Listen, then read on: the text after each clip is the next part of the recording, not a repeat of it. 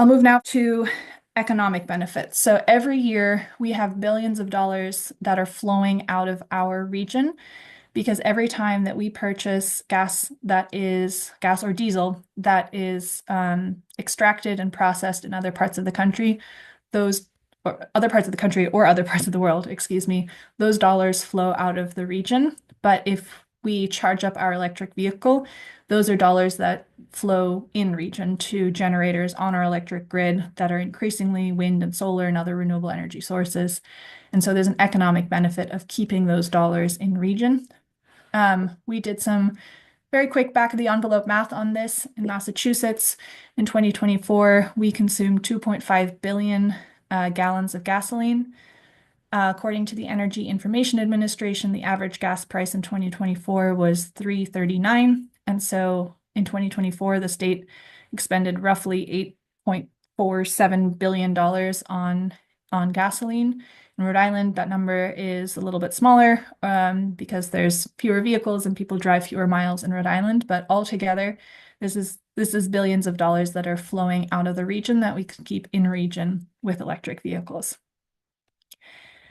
In addition, if you've been to one of our EV 101 presentations, you know that electric vehicles have lower maintenance costs and lower fuel costs.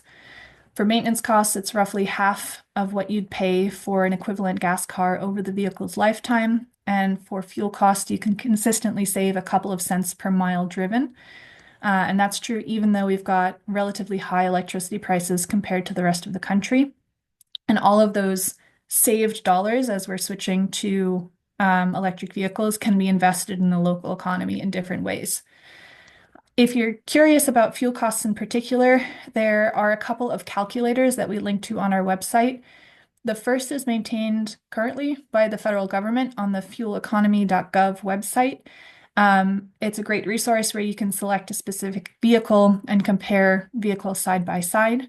I quite honestly don't know how much longer that will be maintained, but luckily there's a separate, very similar calculator called Choose EV that we link to from our website as well, where again, you can plug in different vehicles, adjust the price to reflect what you actually pay for electricity, and it'll do the math for you to see what you might save.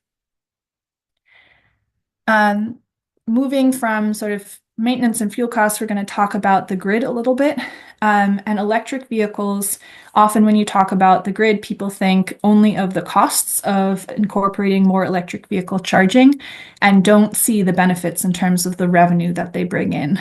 But analysis by economists has shown that electric vehicles can exert a downward pressure on electric rates because the revenue they bring in exceeds the costs of upgrading infrastructure. Synapse Energy Economics has done analyses like these for all of the states in the country. They've been doing it for California for years because California is several steps ahead of us in terms of EV adoption. But most recently, they did this analysis for both Massachusetts and Rhode Island.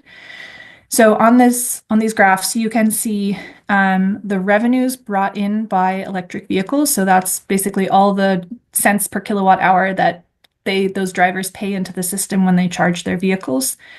And then you can compare that to the costs of incorporating those vehicles, both the infrastructure costs in terms of distribution, transmission, and then the energy costs in terms of the actual kilowatt hours you're delivering and the capacity costs.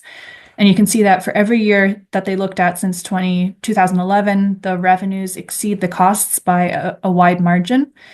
So in Massachusetts, we've seen a cumulative net impact of $71.2 million in benefits. And in Rhode Island, that's $3.8 million in benefits.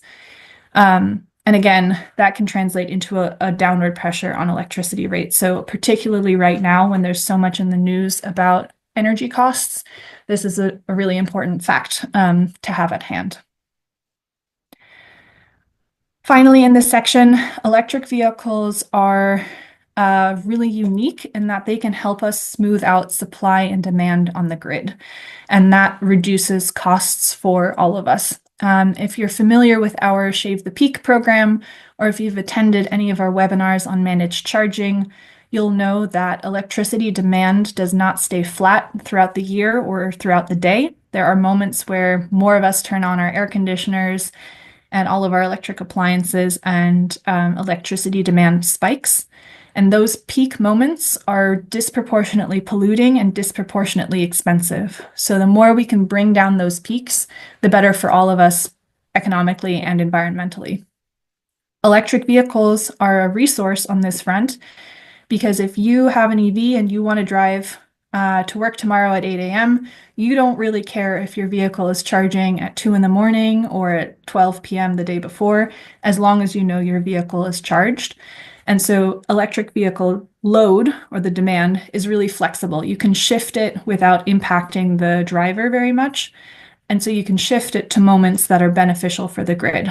So one example is to ramp down charging at those peak moments to reduce peak demand. But another example is to intentionally shift it when there's times of excess renewable energy generation. In California right now, they're seeing this a lot where they've got so much solar that sometimes in the middle of the day, they're kind of swamped with solar.